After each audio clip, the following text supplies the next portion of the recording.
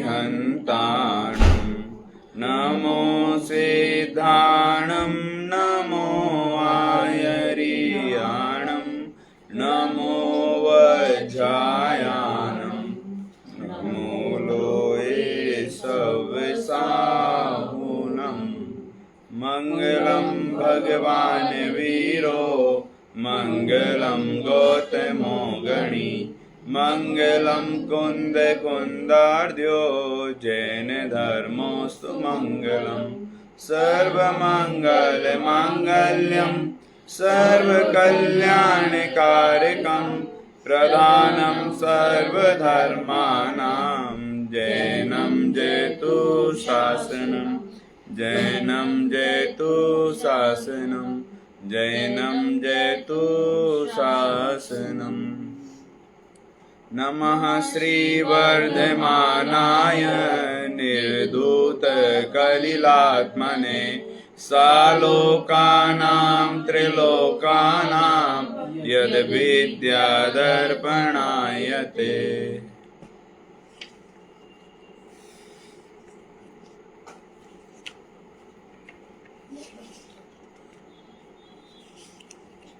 दूसरा श्लोक भी निकाल लो।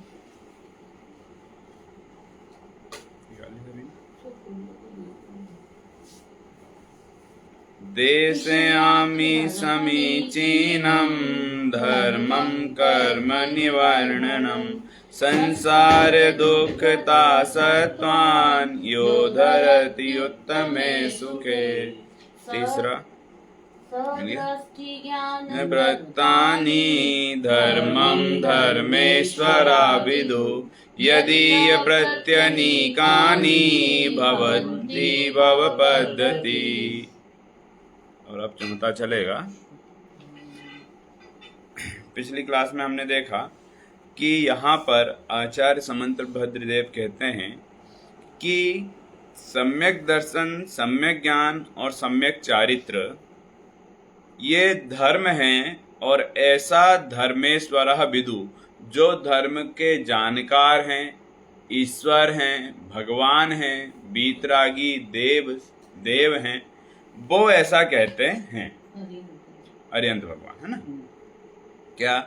और यदि ये प्रत्यनीकानि भवंती भव पद्धति, और इससे विपरीत जो कुछ भी है वो सब क्या है, उससे भव की पद्धति होती है, मतलब अनंत भाव बढ़ते जाते हैं। मतलब इससे क्या समझ में आ रहा कि सम्यक दर्शन, सम्यक ज्ञान, सम्यक चारित्र से ही भव घट सकते हैं। जो 4 गति 84 लाख योनियों में भटकना हो रहा है ना, वो उससे बचने के लिए क्या मोक्ष का मार्ग सम्यक दर्शन, सम्यक ज्ञान और सम्यक चारित्र ही है। इसके अलावा कुछ और नहीं है। बाकी सब क्या है, भाव को बढ़ाने वाले हैं। मिथ्या दर्शन, मिथ्या ज्ञान, मिथ्या चारित्र क्या है, भाव को बढ़ाने वाले हैं, है ना। और वह सम्यक दर्शन कैसे प्राप्त हो, यह सम्यक दर्शन क्या है, इसके लिए आगे कहते हैं। अब प्रथम ही सम्यक दर्शन का लक्षण कहने के लिए श्लोक कहते हैं। ठीक है, देखिए 4 नंबर का श्लोक पाठ करेंगे। श्रद्धानं परमार्थानां, यहाँ पे अपन करो परमार्थाना तक, है ना, फिर माप्तागम तपोव्रताम। श्रद्धानां परमार्थानां आप्तागम तपोव्रताम।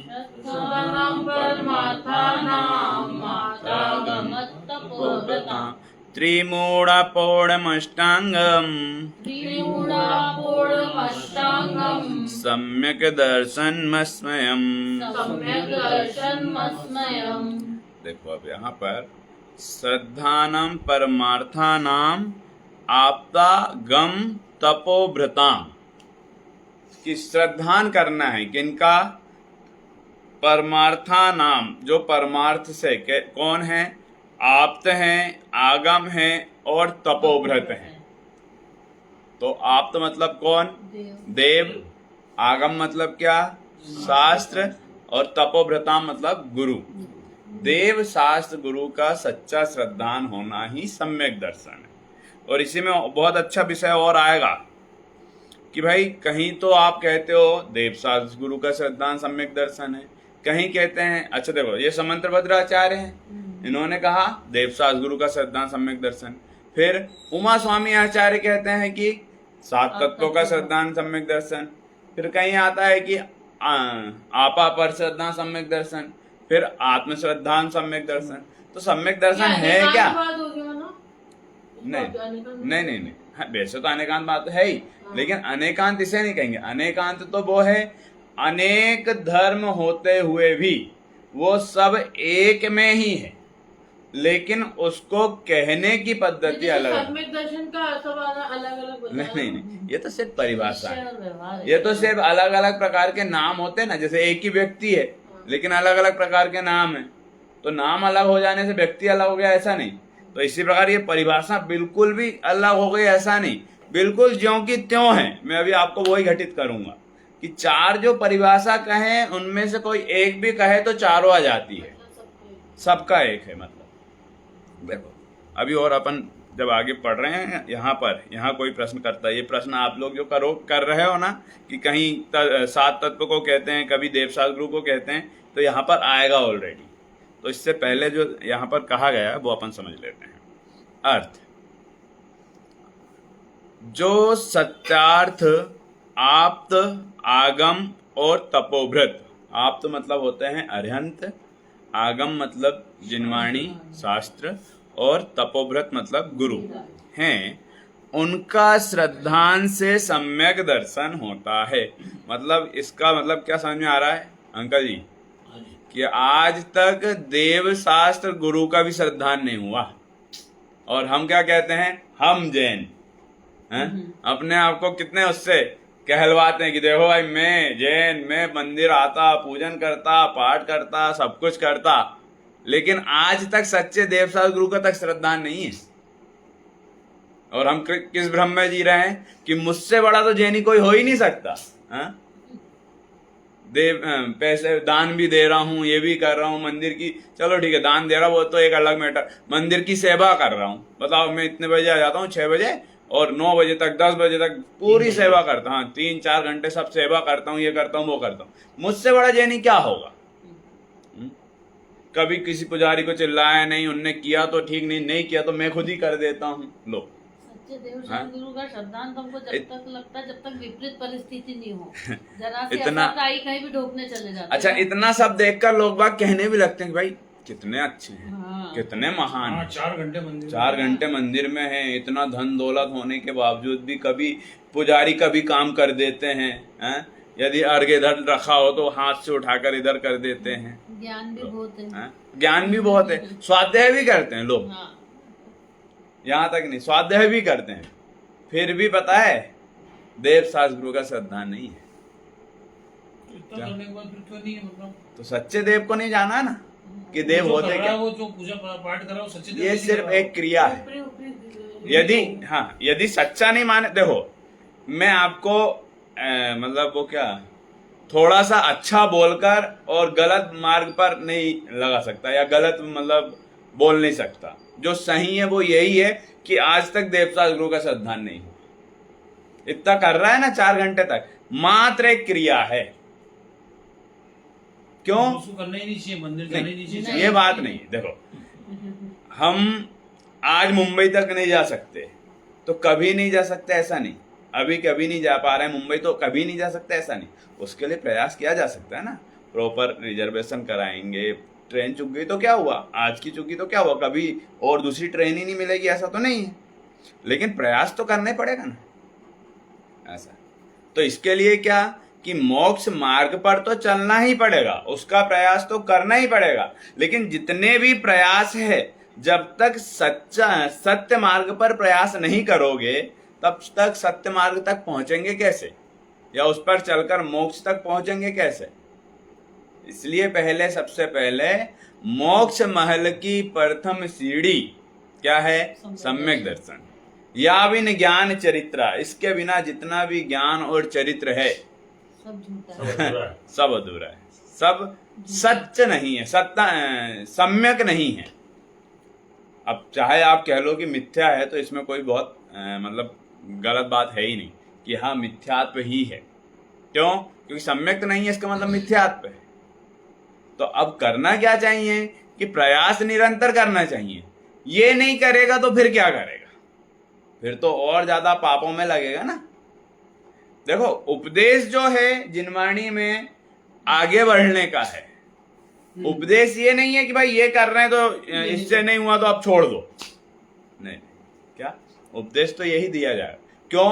क्योंकि सत्य तक नहीं पहुंचे ना। जब तक सत्य तक नहीं पहुंचे तब तक असत्य ही है ना? ऐसा तो नहीं ना कि इसे ही सत्य मान ले और पूजन कर ये सब कुछ करते रहें, शुभ भाव इत्यादि सब कुछ करते रहें और उसे ही सत्य मान लिया तो शुद्ध भाव तक, शुद्धात्मा तक या भगवान बनने का मार्ग तक कैसे पहुंचेगा?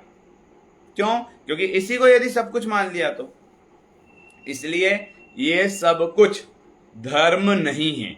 धर्म क्या है? लिखा ना, श्रद्धानम परमार्थानाम माप्तागम तपोव्रतम। ये धर्म है, ये सम्यक दर्शन है। धर्म क्या है? सम्यक दर्शन, सम्यक ज्ञान, सम्यक चारित्र रूप धर्म है। उत्तम, क्षमा, मार्दव, आर्जव, सत्य, सोच, संयम, तप, त्याग, आकिंचन, ये सब मेरे स्वभाव है। ये सब धर्म है। क्या? ये सब तो क्या है? मेरे स्वभाव है। तो इनमें अपनापन होना, और जब पूर्ण रूप से अपनापन हो जाए, भाषित होने लगे कि मैं ही क्षमा स्वभावी आत्मा हूं, मुझ में ही ऐसी सरलता है, हाँ? तो ये सब जब अपने में भाषित होने लगे तब वहां पे प्रकट समझ आता है कि इन्हें 10 लक्षण की प्राप्ति हुई है। जो महामुनिराज हैं उनको ये 10 लक्षण, 12 भावना, इन सब का चिंतन बार बार करते हैं। क्यों? क्योंकि उनके पास परिग्रह रहित और ज्ञान ध्यान सिवा नहीं दूजा कोई काज है। तो यही तो कार्य है, बराबर। तो वो सब क्या कहलाएगी? कि क्रिया कहलाएगी। और वो सब भी यदि उन्हें व्यवहार कहना है तो वो व्यवहार कब कहलाएंगे? कि जब निश्चय की प्राप्ति हो, उसके साथ जो व्यवहार होगा तो वह व्यवहार भी व्यवहार कहलाएगा। नहीं हो रही मेरे को। चलो देखो, जो सत्यार्थ आप्त आगम और तपोभ्रत हैं उनका श्रद्धान से सम्यक दर्शन होता है। आप्त, देखो यहाँ पे परिभाषा देखिए, आप्त तो समस्त पदार्थों को जानकर उनका सत्यार्थ स्वरूप प्रकट करने वाले हैं। आप्त कैसे हैं? समस्त पदार्थों को जानते हैं और उनका समस्त पदार्थों को जानकर उनका सत्यार्थ स्वरूप प्रकट करने वाले हैं। तो दिव्य ध्वनि में क्या आया? कि जो पदार्थ जैसा है उसको वैसा ही कहा है, अन्य नहीं कहा। क्यों नहीं कहा? नहीं, झूठ नहीं बोलते ना। नहीं, उसका कारण क्या है? देखो, जो वीतरागी और सर्वज्ञ हैं, जब वीतरागी हैं तो एक तो उन्हें किसी से राग, द्वेष, मोह, क्रोध, मान, माया, लोभ, अच्छा बुरा कुछ भी परिणाम है ही नहीं, तो वो झूठ क्यों कहेंगे? पहली बात। दूसरा, सर्वज्ञ है। सर्वज्ञ मतलब क्या? जो सब कुछ जानते हैं, तो फिर झूठ क्यों कहेंगे? एक तो पहला वीतरागी है और दूसरा सर्वज्ञ। ऐसा फिर जब इनकी आप सिद्धि करेंगे तो वहां पे आपको समझ आएगी कि अरहंत आदि के ही सर्वज्ञ हैं। कैसा? अरहंत ही सर्वज्ञ है, बाकी क्यों नहीं है? यहाँ पे प्रश्न हुआ न्याय के ग्रंथ इत्यादि में, भाई और भी तो हैं, कोई कुछ कहता है, कोई कपिलादि कहता है, और जो हैं वो भी तो हैं। आप अपने ही अरहंत को सर्वज्ञ क्यों कहते हो? वो भी तो हो सकते हैं ना। बोले नहीं हो सकते। क्यों? क्योंकि हाँ, युक्ति शास्त्रा विरोधी भाग, कि वो अपनी ही युक्ति शास्त्र, उनके ही तर्क से वो विरोध पाने को प्राप्त होते हैं। कभी तो वो रागी द्वेषी हैं, कभी वो अल्प जानते हैं, है ना। सर्वज्ञ तो है नहीं। तो क्यों नहीं है? क्योंकि उनके जो कहने में और उनके जो है उसमें बहुत अंतर है। क्या बोलते हैं ना, कथनी और करनी में बहुत अंतर है। कषायों का नाश नहीं हुआ ना संपूर्ण, तो हाँ, सर्वज्ञ वीतरागता के- नहीं है। हाँ, जब वीतरागता नहीं है तो वह अपने स्वरूप को भी नहीं जानते, और जो स्वरूप को नहीं जानते तो वो सर्वज्ञ हो ही नहीं सकते। क्योंकि सर्वज्ञ तो कौन? जिनके ज्ञानावरणी, दर्शनावरणी, मोहिनी और अंतराय चारों कर्मों का क्षय हो गया है। एक कर्म का हुआ सिर्फ ज्ञानावरणी का ऐसा नहीं, और मोहिनी है ऐसा नहीं, चारों का एक साथ होता है। ठीक है, एक साथ होता है मतलब कि वीतरागता जब हुई तो वहां तो मोहिनी कर्म चला गया, फिर ज्ञानावरणी, दर्शनावरणी इत्यादि भी चले गए। तो ऐसे तो पंडित जी ये 12वां उपशांत नहीं, क्षीण मोह। क्षीण मोह क्यों है फिर 12वां? क्षीण मोह मतलब कि 12वां गुण स्थान में मोहिनी कर्म का तो पूरा का पूरा क्षय हो गया। हाँ। लेकिन अभी 3 और बाकी है, और वो 12वां गुण स्थान भी ज्यादा समय का नहीं हाँ, वो होता। तो हाँ, बहुत कम समय बहुत कम समय का है। तो सबसे पहले मोह गया ना? इसलिए तो पहले वीतरागी, कि जब वो 12वें गुण स्थान में है ना तो वो पूर्ण वीतरागी है। लेकिन अभी ज्ञानावरणी, दर्शनावरणी और अंतराय, अंतराय का क्षय नहीं हुआ है। तो वो सम्यक दर्शन के बाद ही सम्यक ज्ञान होगा। देखो भैया, सम्यक साथे ज्ञान होए पे भिन्न आराधो। सम्यक दर्शन के साथ ही सम्यक ज्ञान होता है। जितना ज्ञान है उतना सम्यक रूप है, और जो स्वरूपाचरण है वहां चारित्र भी है। मतलब सम्यक दर्शन, सम्यक ज्ञान और सम्यक चारित्र तीनों एक साथ है। जिसको सम्यक तीनों की दर्शन हो एकता गया, है। तो तीनों चीजें आ हाँ, जाती है। तीनों है। लेकिन सम्यक दर्शन तो पूरा का पूरा है, ज्ञान और चारित्र क्रम से धीरे धीरे जैसे जैसे कर्म इत्यादि का, कषाय इत्यादि का क्षय होता है, वैसे वैसे बढ़ते जाते हैं। ऐसा ये यहाँ पे समझना जैसे पड़ेगा। 13वें गुण 12वें गुण स्थान पर बोल रहे हो कि ज्ञानावरणी, दर्शनावरणी और इनके तीनों का अंतराय कर्म, उसके बाद जैसे इनका क्षय हो जाता है तो फिर वो 13वें में 13वें फिर अरहंत। अरहंत बन जाता है, और उनका 8वां कर्म का हो जाता है तो 14वें गुण स्थान में। हाँ, 14वें कह लो या 8वें में इधर क्षय हुआ, हाँ, इतना समय भी नहीं लगेगा और सिद्ध बन जाएंगे। मतलब 14वें में मतलब सिद्ध की रचना सिद्ध मतलब वो जो होती है। जाने का टाइमिंग है ना, 14वां गुण स्थान उसको कहते हैं। लेकिन वो जो जाने का समय है, लेकिन है ना, भले हम नहीं जान पा रहे, हाँ। एक समय है। अपन इधर से लघु 5 अक्षर भी नहीं बोल पाएंगे और वो सिद्धालय में जाके विराजमान हो जाएंगे, ऐसा। लेकिन जो टाइमिंग है तो उसको 14वां गुण स्थान कहा। ये कह लो कि इधर 4 कर्मों का जब क्षय होता है तो अरहंत बनते हैं, और 4 कर्मों का क्षय हो जाता है, मतलब 8 कर्मों का क्षय हो जाता है तो सिद्ध बनते हैं। लेकिन जो 14वां गुण स्थान है तब तक वो अभी सिद्ध नहीं है। जो जाने का समय, 14वें में होता 8वां कर्म का क्षय हो जाता हाँ है। हाँ, हो तो जाता है, उसे अयोग केवली कहते हैं। ठीक है, देखो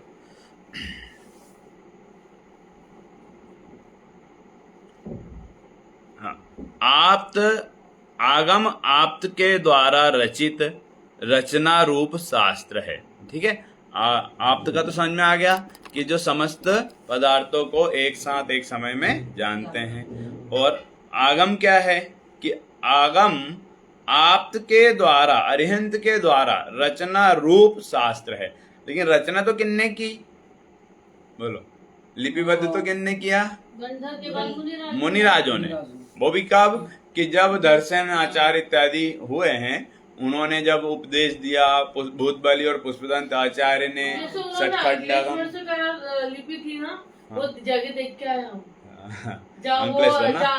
जहाँ वो आके उन्होंने इसकी लिपि वगैरह स्टार्ट वो किया। जहाँ बैठ के करा ना, वो जगह देख के आया। हाँ, मैं भी गया था वहाँ पे। हाँ, वो पहले अंकलेश्वर वाले हमसे, इसमें जो हमारी वात्सल्य पाठशाला है ना, उसमें वो लोग पढ़ते थे, तो फिर मेरा वहाँ पे जाना हुआ था उनके हाँ, घर। हम लोग कल उज्ज्वल। से जाके अच्छा, कल ही गए थे? कल ही गई हूँ। अच्छा अच्छा, बहुत अच्छा है वहाँ पे। है ना, वहाँ पे वो थोड़ा सा अंदर में जो है। हाँ, पहले बाहर तो पूरा उसके अंदर हाँ। कांच के अंदर पूरा बना है, और उसके बाद फिर अंदर जाके वो मंदिर है पूरा, बराबर। पर जहाँ उन्होंने बैठ के किया था ना, हाँ हाँ, वो वो जगह जगह पूरी भी कांच देखी। में कर रखी है वहाँ।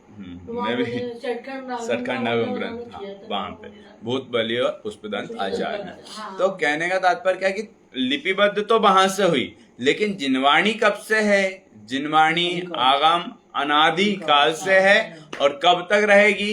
अनंत काल तक रहेगी। क्यों? क्यों? क्योंकि धर्म नहीं, सुनो तो, क्यों? क्योंकि सदा सर्वदा 20 तीर्थंकर विराजमान रहने वाले हैं। अपने यहाँ कितने तीर्थंकर होते हैं? 24 होते हैं ना। अपने यहाँ पर मतलब देखो 7 क्षेत्र हैं, 7वां कह लो या पहला कह लो, कोई दिक्कत नहीं। तो पहला यदि अपन माने ये भरत क्षेत्र, तो 7वां अपन मानना पड़ेगा ऐरावत क्षेत्र। ये इन दोनों की टाइमिंग और जितनी भी अपेक्षाएं हैं, शरीर, आयु, बल, बुद्धि, पहला और 7वां क्षेत्र का एक जैसा रहता है। मतलब जैसे अपन पहले क्षेत्र में मनुष्य हैं, खा रहे हैं, पी रहे हैं, रह रहे हैं, लड़ाई झगड़े कर रहे हैं, ये पहला क्षेत्र में भरत क्षेत्र के आर्यखंड में, ऐसे ही ऐरावत क्षेत्र का आर्यखंड है। तो फिर मलेच्छ किसमें रहते हैं? मिलेज 5 अलग है, मतलब आर्यखंड है ना। जगह अलग है। भरत क्षेत्र में 6 पार्ट है, तो 5 मिलेच्छ 1 आर्य है। इसमें भी 6 पार्ट है, 5 मिलेच्छ और 1 आर्यखंड है। तो आर्यखंड में सेम टू सेम है, मतलब वहां भी है लेकिन वहां के अजीब अलग है, यहाँ के अजीब भी अलग हैं। रहते एक जैसे हैं, मतलब शरीर, बुद्धि इत्यादि सब एक जैसी है समथिंग, ठीक है। तो यहाँ भी 24 तीर्थंकर होते हैं भरत क्षेत्र में, और ऐरावत क्षेत्र में भी 24 होते हैं। तो मैंने तो ये कहा कि सदा सर्वदा 20 तीर्थंकर होते हैं, तो वो कैसे? विदेश क्षेत्र में। हाँ, वो कैसे? विदेह क्षेत्र में, मतलब 7 क्षेत्र हैं, भरत, हेमवत, हरि, विदेह, रम्यक, हिरण्यवत और ऐरावत। तो इसमें विदेह क्षेत्र जो है उसमें सदा सर्वदा 20 तीर्थंकर रहते हैं। अब आप विद्यमान, अब आप लोग पढ़ते हो 5 भरत, 5 ऐरावत। तो जब एक मिनट, जब 5 भरत कहा और 5 ऐरावत कहा, तो बाकी के जो क्षेत्र है ना 5 और, मतलब टोटल 7, सातों क्षेत्र 5-5 है, ठीक है। हम तो 5 भरत और 5 ऐरावत कहते हैं वो क्योंकि हमें एक पर्टिकुलर कारण है कि हम 720 तीर्थंकर को वहां पर अर्घ्य चढ़ाने वाले हैं। बट ऐसा नहीं, होते तो सातों क्षेत्र 5-5 है, ठीक है। अब जब सातों क्षेत्र 5-5 होते हैं ना, 5 भरत, 5 हेमवत, 5 हरि, 5 विदेह, 5 रम्यक, 5 हिरण्यवत, 5 ऐरावत, ऐसा। तो 5 के 5 सब 5-5 होते हैं, ठीक है। तो अब 5 भरत हो गए और 5 ऐरावत और 5 विदेह क्षेत्र। एक विदेह क्षेत्र में 4 तीर्थंकर हमेशा रहते हैं, ठीक है। अच्छा, तो 20 हो गए। हाँ, 5 के मिलाओगे तो 20 होंगे। हाँ, ऐसा। अब आप ये नहीं कि भाई 5 विदेह क्षेत्र है तो 100 तीर्थंकर हो, ऐसा नहीं, एक में 20 है, नहीं, 5 के मिलाओगे तो 20 है, ठीक है। इसलिए कहा कि विद्यमान 20 तीर्थंकर। तो वो जो विद्यमान 20 तीर्थंकर कहा 5 विदेह क्षेत्र के। अब एक और अपन थोड़ा सा गणित यहाँ पर समझते हैं। एक विदेह क्षेत्र में कितने होते हैं? 4। लेकिन कैपेसिटी 32 की है।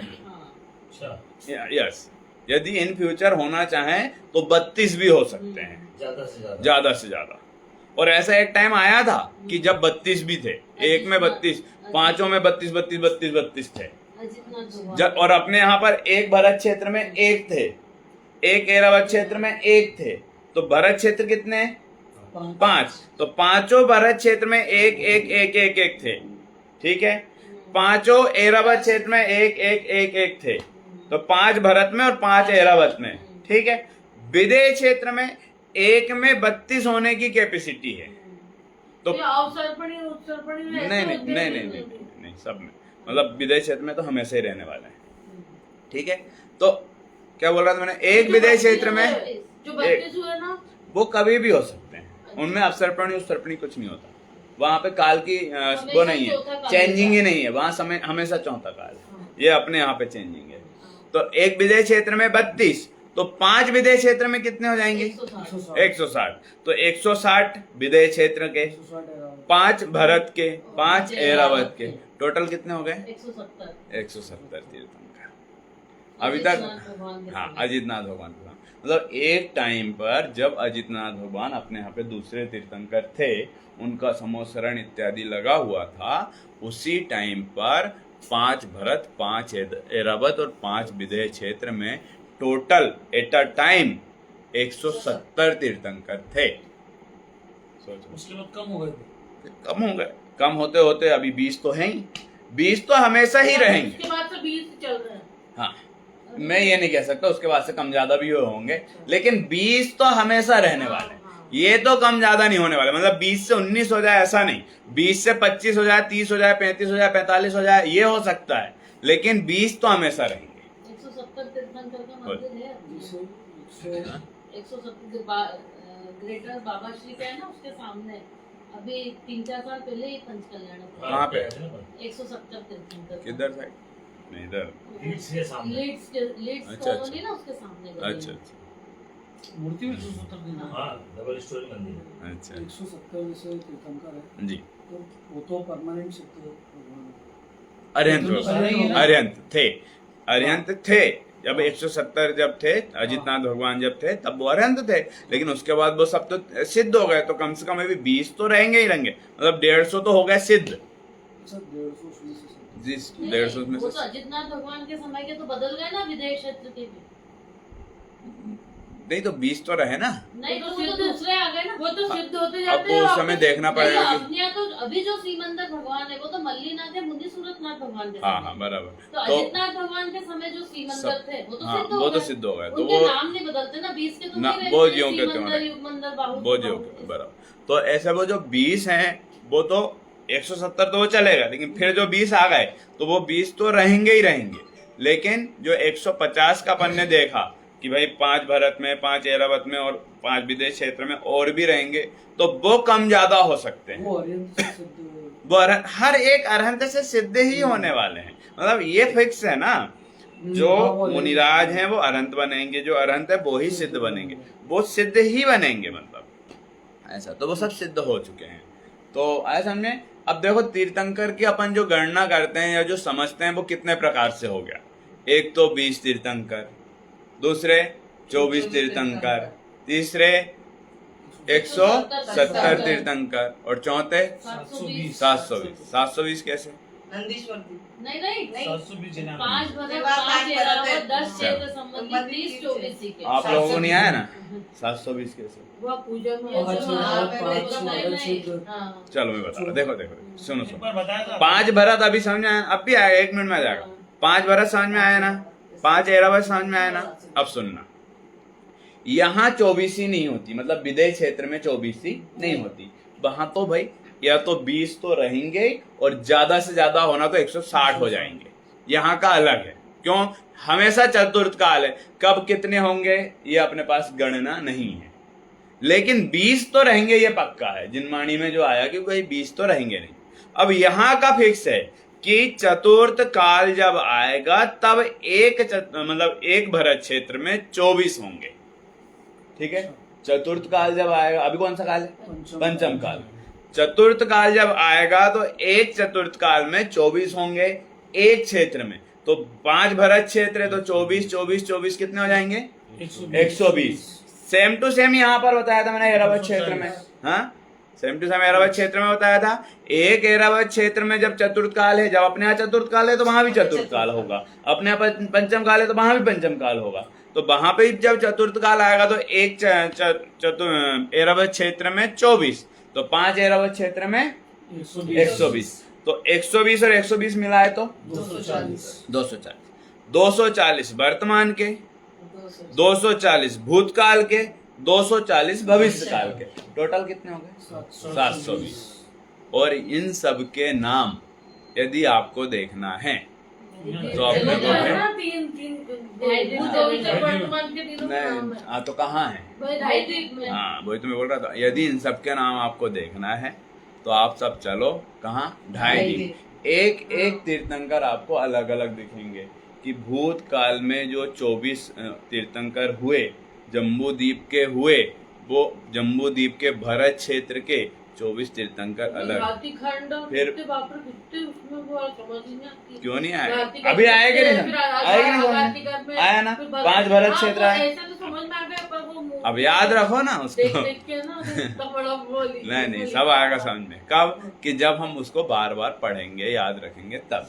अब हम बार बार पढ़ते नहीं, सुनते नहीं, समझते नहीं और सोचे एक बार में याद हो जाए, तो अभी अपना ना इतना पुण्य का उदय है, चौथे काल में भी नहीं है, या चौथे काल के जस्ट थोड़े समय बाद भी ऐसा था कि एकदम से कम हो गया, ऐसा नहीं, धीरे धीरे कम हो, तो ना उस समय है। अपन तो उस समय में आ गए हैं खत्म हो गया। कि एक समय मतलब उस समय के जो चौथे काल इत्यादि में जो लोग बाग भी रहे होंगे, तो वो यदि पत्थर पे गिर जाते थे ना, तो पत्थर को सोचना पड़ता था कि अब वो बचेगा कि नहीं बचेगा, वज्र व सब नाराज सेना। और अब क्या हो गया कि अब तो यदि इतना सा कंकड़ भी लग जाए तो फिर हमें दिक्कत होने लगती है। तो ये शरीर की स्थिति है। उमा स्वामी आचार्य देव ने तत्वार्थ सूत्र नामक ग्रंथ में लिखा, जगत काय स्वभाव संवेग वैराग्यार्थम, कि वास्तविक में इस जगत में जगत का और काय का स्वभाव जानकर देखकर हमें वैराग्य आना चाहिए, संवेग होना चाहिए कि हमें अपने धर्म में हम कैसे लीन रहें, कैसे हम अपने आप को अपने धर्म में लगाएं, देव शास्त्र गुरु की श्रद्धा कैसे करें इसमें, और वैराग्य आना चाहिए कि देखो वैराग्य कि भाई एक समय तो इतना शरीर बलवान और अब ऐसा शरीर हो गया, उस समय आयु बल इत्यादि सब कुछ इतने थे और अभी ऐसा। फिर जगत का स्वभाव देखो कि कहाँ कितने लोग कितने भ्रष्ट हो गए हैं कि जिन्हें देखकर अपने आप लगना चाहिए कि हम यदि ये होते तो क्या करते, है ना, कि लोग बागों को मांस इत्यादि खाने से भी कोई डर नहीं। अभी कौन सा मैं न्यूज में क्या में देख रहा था कि कोई कह रहा है कि भाई मैं तो उसी टाइम पर मांस बेचूंगा, उसी टाइम पर सबको, हाँ, जब कोई धर्म इत्यादि मना रहा है तो मैं उसी टाइम पर धर्म दूंगा, मांस दूंगा। ठीक है, अब क्या कर सकते हैं, देखो छोड़ो, देखो कौन क्या कर रहा है उसको नहीं, हम क्या कर रहे हैं ये देखो। हमें क्या करना चाहिए, ये विचार करना चाहिए कि यदि वास्तविक में हम यदि जिनवाणी देव शास्त्र गुरु को नहीं जानते हैं या नहीं जानते, उनकी शरण में नहीं होते, तो आज क्या कर रहे होते। वो जो कर रहे हैं ना, वो उनकी गलती नहीं, किनकी गलती है, उन्होंने कभी ऐसी जिनवाणी को कभी सुना ही नहीं, समझा ही नहीं। पापी से नफरत नहीं करना है, क्या उसके पाप क्यों, क्योंकि पापी एक समय का पापी कब भगवान बन जाए इसकी कोई गारंटी नहीं। अंजन चोर। तो आदिनाथ भगवान के पहले से ही है, अनादिकाल से ही है ना जिनवाणी। तो जिनवाणी मतलब जिनेंद्र भगवान के वचन, दिव्य ध्वनि, और कब है, निरंतर खिल रही है। विदेश क्षेत्र में तो 20 तीर्थंकरों की जिनवाणी, जिनेंद्र भगवान के वचन दिव्य ध्वनि खिल ही रहे ना, तो वो तो सबको समझ में होते अभी भी गंडार और ये सब मुनिराज वगैरह सब लिखते हैं। वही जो पहले सिद्ध तीर्थंकर बने, अनंत बने, वो भी सब जिनवाणी पढ़ के बने। हाँ, सब तो उसके पहले भी जिनवाणी लिखी, पढ़ के, मतलब देखो सुनो एक मिनट, पढ़कर मतलब देखो, एक समय ऐसा था कि जब ऐसे ही पढ़ाई होती थी, एक टीचर ने पढ़ा दिया और जितने भी 1000, 10,000, 15,000 स्टूडेंट बैठे उनने सुन लिया, मतलब पढ़ लिया। ये पढ़ना था पहले, अब पढ़ना नहीं पड़ता था, एक ही बार में, हाँ, एक ही बार में याद हो जाता था, समझ में भी आ जाता था, याद भी हो जाता था, और कई दिनों तक याद भी रहता था। ऐसा इतनी उनकी सामर्थ्य थी, 6 उपसम इतना था। अभी क्या हुआ, 6 उपसम, शरीर ताकत इत्यादि सब घटते गए, तो उसके कारण ये सब दिक्कत आ गई कि भाई लोगों को समझ में नहीं आ रहा, याद नहीं रह रहा। इस प्रकार देखो, आप्त प्ररूपित शास्त्र के अनुसार आचरण को आचरने वाले तपोधन अर्थात गुरु हैं। अब देखो, गुरु मतलब कौन, कि जो आप्त द्वारा कहा गया है उस पर चलने वाले, उन बातों का मनन करने वाले, उन्हीं बातों का आचरण करने वाले मुनिराज होते हैं।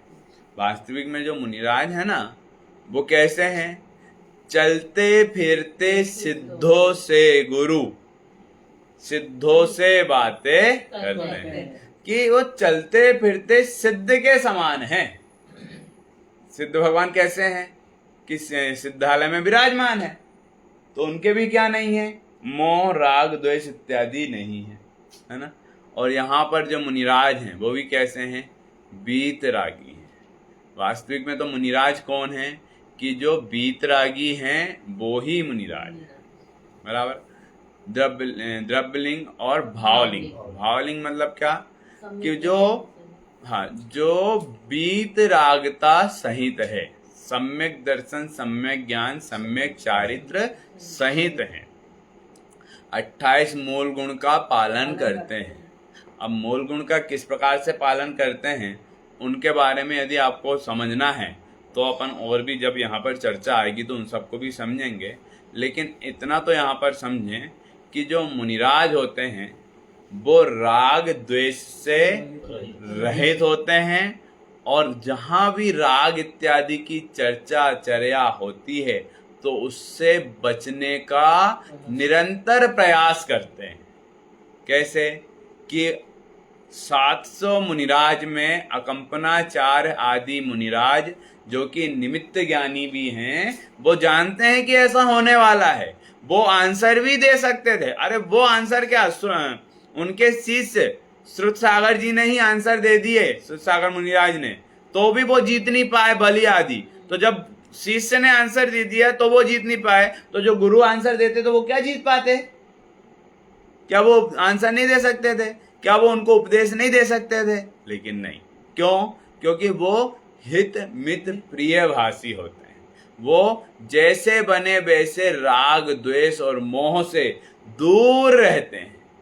अब उपसर्ग हो जाए तो क्या करें कि उपसर्ग को भी सहज भाव से सहते हैं, ऐसा। ठीक है, और भी चर्चा बहुत आएगी, अपन समझेंगे। यहां सच्चे आप्त, सच्चे शास्त्र और सच्चे गुरु का श्रद्धान वह सम्यक दर्शन कहा है ना। सच्चे मतलब समझ में आता है ना, बीत रागता सहित हो, सच्चे देव शास्त्र गुरु। तथा असत्य आप्त आगम और गुरु का श्रद्धान वह सम्यक दर्शन नहीं है। अब जब सम्यक दर्शन नहीं है तो क्या है, मिथ्या दर्शन है। वह सम्यक दर्शन 3 मूर्ताओं से रहित, अपने अष्ट अंगों सहित और अष्ट मद रहित होता है। ये 8 अंग की चर्चा भी आएगी और 8 मद की चर्चा भी यहाँ पर आएगी, है ना। 3 मूर्ताओं की भी चर्चा आएगी। भावार्थ, सत्यार्थ आप्त आगम व गुरु का 3 मूर्ता रहित, निसंकित आदि अष्ट अंग सहित और अष्ट मद रहित श्रद्धान करना सम्यक दर्शन है। यहाँ पे देखो शब्द थोड़े से ऐसे लग रहे होंगे कि पहली बार सुन रहे हैं, कुछ अलग लग रहा है, लेकिन आप बार बार जब इनको सुनोगे ना तो बहुत इजी शब्द है। सत्यार्थ, हाँ, मूर्ता, निसंकित, ये अपन बार बार यूज नहीं करते ना, घर में भी इन शब्दों को कहाँ यूज करते हैं, है ना, हिंदी में भी कहाँ यूज करते हैं। और अब तो आप लोग इंग्लिश पढ़ने वाले हो गए है ना, तो थोड़ा सा ऐसा लग सकता है कि ये शब्द कठिन है, लेकिन उन शब्दों को आप बार बार सुनोगे, समझोगे और बार बार उनकी चर्चा आएगी ना तो वो सब इजी लगने लगेंगे, है ना। देखो यहाँ जो आप लोगों का प्रश्न है कि अपन जो इतने दिन से पढ़ रहे हैं कि कभी 7 तत्वों का श्रद्धान कहते हैं, कभी देव शास्त्र गुरु श्रद्धान कहते हैं और कभी अन्य अन्य श्रद्धानों की चर्चा करके सम्यक दर्शन की परिभाषा कहते थे। तो अब यहाँ पर आपका ही प्रश्न है, यहाँ कोई प्रश्न करता है, आगम में तो सप्त तत्व 9 पदार्थों के श्रद्धान को सम्यक दर्शन कहा। क्या आगम में जब अपन पढ़ते हैं कहाँ पर, उमा स्वामी आचार्य ने लिखा, क्या लिखा, तत्वार्थ श्रद्धानम सम्यक दर्शनम। भी 10 लक्षण आने वाले ना, तो 10 दिन तत्वार्थ सूत्र के पाठ करेंगे, सब करेंगे, हाँ। तो उसमें आएगा कि तत्वार्थ श्रद्धानम सम्यक दर्शनम, तो वहां तो लिखा तत्वों का श्रद्धान सम्यक दर्शन, और यहाँ पे लिखा देवशास्त्र गुरु का श्रद्धान सम्यक दर्शन। तो दोनों में से क्या सही है, कि दोनों सही है और 2 और है, आपा पर श्रद्धान सम्यक दर्शनम और आत्म श्रद्धानम सम्यक दर्शनम, वो भी सही है, मतलब चारों सही है। और चारों में से एक को भी समझोगे तो चारों समझ में आ जाएंगे। देखो कैसे, यहाँ पर वह क्यों नहीं कहा, कौन सा, कि 7 तत्वों का श्रद्धान वाला यहाँ पर क्यों नहीं कहा, उसका समाधान। निर्दोष बाधा रहित, देखो अच्छे से पढ़ना, निर्दोष बाधा रहित आगम के उपदेश बिना, आगम मतलब जिनवाणी के उपदेश बिना 7 तत्वों का श्रद्धान कैसे होगा। अब जब तक जिनवाणी को सुनोगे नहीं, समझोगे नहीं, तो 7 तत्वों का श्रद्धान कैसे होगा। मतलब आगम से ही समझोगे ना, जिनवाणी से ही समझोगे ना, जिन वचन से ही समझोगे। 7 तत्व होते हैं, एक आत्मा होती है, 2 जीव होते हैं, 3 रत्नत्रय होते हैं, 4 कसाय होती है, 5 पाप होते हैं, 6 द्रव्य होते हैं, 7 तत्व होते हैं। ये सब कहाँ से सुने भाई आपने, जिनवाणी पढ़ी होगी, सुनी होगी, समझी होगी, तभी तो आपको पता ना कि 7 तत्व होते हैं। तो 7 तत्व आपने किससे पढ़े, जिनवाणी से, तो जिनवाणी में ही लिखा ना, तो जिनवाणी में जो लिखा वो 7 तत्वों को आप पढ़ रहे हो। तो यहाँ पर क्या कह रहे हैं, बिना 7 तत्वों का श्रद्धान कैसे होगा, आगम के उपदेश के बिना 7 तत्वों का श्रद्धान कैसे होगा। अब देखो, निर्दोष आप्त के बिना सत्यार्थ आगम कैसे प्रकट होगा। लो, अब जिनवाणी की बात आपने सुनी तो 7 तत्व समझ में आए, लेकिन जिनवाणी बिना अर्हंत के कैसे होगी। इसका मतलब क्या, अर्हंत भी हैं, सिद्ध अर्हंत भी हैं, फिर आगम मतलब जिनवाणी भी हैं, और फिर गुरु, उनको धारण करने वाले गुरु भी हैं। तो 7 तत्व का श्रद्धान कहा, इसका मतलब जिनवाणी में लिखा ना, तो जिनवाणी का भी श्रद्धान करना। अब जिनवाणी किन्ने कही, ऐसे अरहंत का भी श्रद्धान करना। और ऐसे जिनवाणी के मार्ग पर कौन चलता है, कि मुनिराज आदि, उनका भी श्रद्धान करना। अब चाहे 7 तत्वों का श्रद्धान कहो, चाहे देव शास्त्रों का श्रद्धान कहो, एक ही बात है, ठीक है। अब 7 तत्वों में क्या क्या आते हैं, जीव अजीव आश्रव वंद संबंध निजरा मोक्ष। तो 7 तत्व में जीव और अजीव आते हैं ना, तो यहाँ पर कहा आपा अपर श्रद्धान, जीव और अजीव का श्रद्धान करना सम्यक दर्शन है। 7 तत्वों में आत्म श्रद्धान, आत्म मतलब जीव आता है ना, तो आत्म श्रद्धान करना वह सम्यक दर्शन है। तो बताओ चारों में से क्या अलग है, चारों सही है ना, चारों एक ही है। अब चाहे आप देव शास्त्र श्रद्धान कह दो, 7 तत्व का श्रद्धान कह दो, आपा पर श्रद्धान कह दो, चाहे आत्म श्रद्धान कह दो, चारों में एक ही बात है ना। और ऐसा भी है कि जब आत्म श्रद्धान कहा तो अपने आप तीनों भी आ जाते हैं। कि जैसे आत्म श्रद्धान होता है ना, उसे आपा पर श्रद्धान, अपना और पराया भी श्रद्धान होता है। जिसे अपना और पराया श्रद्धान हुआ, उसे 7 तत्वों का श्रद्धान भी होता है, कि जीव अजीव आश्रव बंध संबंध निजरा मोक्ष। जिसे 7 तत्वों का श्रद्धान हुआ, तो भाई ये 7 तत्व आ कहां से गए, किन्ने कहा, कहां से आए हैं, आपने मतलब आगम में आया, तो आगम कहां से आया, कि आप तो द्वारा कहे गए। तो आपको किसने बताया, कि जो मुनिराज इत्यादि हैं, उन्होंने जो लिपिबद्ध किया, उनकी कृपा से, उनके मतलब करुणा के कारण हम सब इनको पढ़ पा रहे हैं। तो देव शास्त्र गुरु भी आ जाते हैं, ठीक है। तो एक को कहा तो चारों वहां पर समझना चाहिए। निर्दोष आप्त के बिना सत्यार्थ आगम कैसे प्रकट होगा, इसलिए तत्वों के भी श्रद्धान का मूल कारण सत्यार्थ आप्त ही है, ठीक है।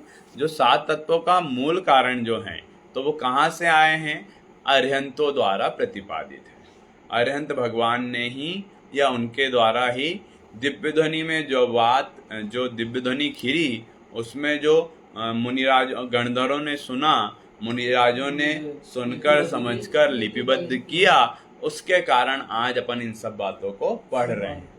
ये आपके लिए भी मयंक भैया आप, ये आपके लिए एक बहुत बड़ा आंसर हो सकता है क्वेश्चन का, कि भाई ये इसी बात को हम क्यों माने। क्योंकि हो सकता है ना कि और भी बहुत सारे ग्रंथ है, या ग्रंथ तो नहीं कहना, बहुत सारी पुस्तकें हैं, इनने भी लिख दी, उनने भी लिख दी, और कहाँ क्या पता आप विदेश वगैरह जाओगे तो बहुत सारे आपको पुस्तकें दिखेगी। तो अब किसकी माने हम, आपकी ही क्यों माने। तो उसके लिए आपको अपने तर्क की कसौटी पर ये बातों को कसना चाहिए, या तर्क से समझना चाहिए। मैं बोल रहा हूं इसलिए नहीं समझना, क्योंकि जो ये जो आचार्य है ना, समंत्रबद्ध आचार्य, इन्होंने हर बात को परीक्षा की है, हर बात को परीक्षा की कसौटी पर कसकर फिर उसको नक्की किया।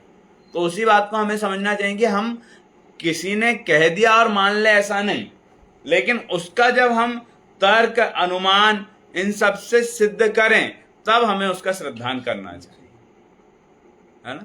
जैसे कोई म्यूजिशियन हो तो उसको अपन बार बार देखते हैं, समझते हैं कि इनने ये कर दिया, वो कर दिया, ऐसा कर दिया, वैसा कर दिया। जब बहुत बार उनकी हम परीक्षा कर लेते हैं तब हम मानते हैं कि हाँ भाई ये म्यूजिशियन है, सॉरी हाँ ये जादूगर है। कि कोई बार बार जादू करे, सिर्फ इतना सा करते इसलिए जादू हो गया, नहीं, बार बार कुछ करता हो, भले वो अपनी कला से कर रहा है, वो अपने क्या बोलते उसको स्किल है जो भी, तो उसके कारण वो कर पा रहा है, लेकिन उसको एकदम से देख लिया और मान लेते ऐसा नहीं, क्या उसको हम बार बार परीक्षा करते हैं कि इनने ऐसा कैसे किया, कहीं ऐसा तो नहीं कि हाथ में छुपा लिया होगा, कहीं इधर छुपा लिया होगा, कभी मतलब इन सब बातों का विचार करते तब मानते हैं ना कि नहीं यार ऐसा नहीं किया, ये तो वास्तविक में जादूगर है।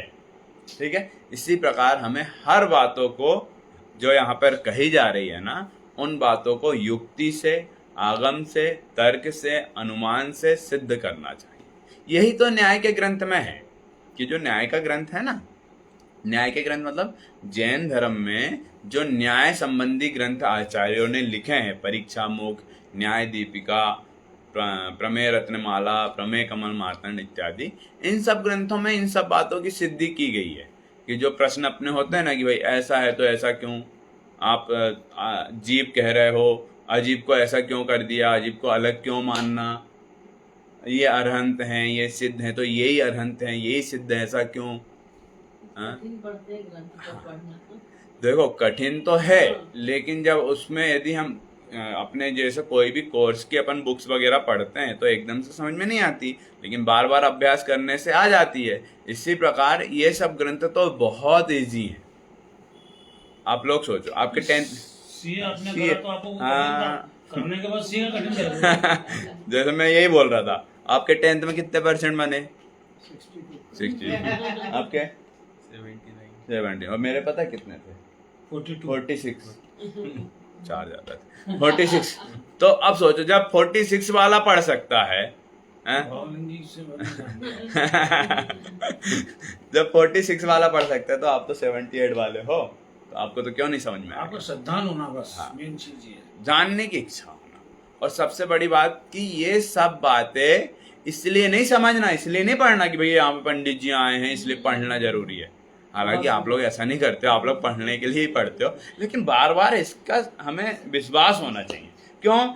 इस जगत में यदि कुछ भी सर्वोत्कृष्ट है पूरी दुनिया में, सिर्फ अपने इंदौर में नहीं, भारत में नहीं, ऑल वर्ल्ड में, जो यदि कुछ सर्वोत्कृष्ट है, उत्तम है, अच्छा है, तो देव, शास्त्र और गुरु है। सठ आयतन, क्या? देव, शास्त्र, गुरु और 3 इनको मानने वाले। तो उनकी हमें बार बार महिमा गानी चाहिए कि वास्तविक में हम इस पंचम काल में उत्पन्न होकर भी यदि हमें देव शास्त्र गुरु, सच्चे देव शास्त्र गुरु मिल गए तो यह हमारे भाग्य की महिमा है कि जिसके कारण, भाग्य मतलब कर्म, ये हमारा शुभ कर्म है, शुभ कर्म का उदय है कि हमें इतना सब कुछ होने के बाद पंचम काल में, और पंचम काल को बताने की जरूरत तो है नहीं, सभी देख रहे हैं, और कमी जितनी यदि कमी पड़ जाए तो वो टीवी पूरी कर ही देती है कि क्या क्या देखना पड़ रहा है ना। तो पंचम काल बताने की जरूरत नहीं है, लेकिन ये जरूर कि इतना सब कुछ हो जाने के बाद भी मुझे सम्यक ये सच्चे देवशास्त्र गुरु मिल गए, इससे बड़ी बात और कुछ नहीं हो सकती। वास्तविक में कोई कुछ भी कहे या कुछ भी माने कि ये बड़े और वो बड़े और ये सब कुछ, हमें ये विचार करना चाहिए कि हमें उन कितने, भारत में कितने, 1.25 अरब, 140 करोड़, 50 करोड़, और पूरी दुनिया में भी मान लो अपन जितने भी 7 अरब, 10 अरब, 15 अरब, ज्यादा कर दो अपन, तो अपन क्यों कम करें। 15 अरब में कुछ गिने चुने लोग हैं कि जिन्हें सच्चे देव शास्त्र गुरु की शरण मिली, शरण मिली और पहचान मिली, जानने को मिल रहा है, समझने को मिल रहा है। हाँ, बहुत बड़ा भाग्य है। लेकिन इस भाग्य को पाकर भी यदि हमने सच्चे देव शास्त्र गुरु का श्रद्धा नहीं किया तो क्या है कि हमने इतना सब कुछ पा लिया और सब व्यर्थ गवा दिया। किसमें? विषय भोग इत्यादि। वो उदाहरण याद है ना? कौन सा? पहला दिन दिया था ना मैंने, कौन सा वाला? रेगिस्तान में, हाँ, वो रेगिस्तान में चलते हुए एक व्यक्ति को पानी मिल गया। एक गिलास पानी मिला। पी जाता है। हाँ, उसका पैर भी जल रहा है और प्यास भी लगी है। अब अपने ऊपर डिपेंड है कि अपने को किस में डालना है। पैर जल रहा है मतलब विषय भोग इत्यादि जल रहे हैं, विषय भोग इत्यादि से हम अपने समय को बर्बाद कर रहे हैं। और प्यास लगी मतलब इधर सच्चे देव शास्त्र गुरु को सुनने समझने को मिलने वाला है। तो अब क्या करना है क्या नहीं करना है ये अपने ऊपर डिपेंड है कि यदि हमने पैरों में डाल लिया तो तुरंत में तो थोड़ा सा अच्छा लगेगा, लेकिन फिर नहीं, थोड़े समय बाद भटक भटक कर मर जाएगा, तड़प तड़प कर मर जाएगा। क्यों? प्यास से कौन बचाएगा? लेकिन यदि प्यास बुझा लिया और पैर थोड़े बहुत जल भी रहे तो सहन हो सकते हैं, प्यास तो बुझ गई ना, मरने से तो बचेगा। इसी प्रकार ये अनंत भवों में मरने से तो बचेगा ना, देव शास्त्र गुरु की शरण मिली। कब की बात में सत्यता का विचार करना। ये जो भाव मिला है ना, ये भाव हमें सम्यक दर्शन, सम्यक ज्ञान और सम्यक चारित्र की प्राप्ति के लिए मिला है। देखो क्या हुआ, कैसे हुआ, वो सब अलग। अब जब हमें जो सम्यक सच्चा जैन या जिनेन्द्र भगवान की शरण मिली तो अब हमें इन्हें वैसे ही नहीं गवाना चाहिए।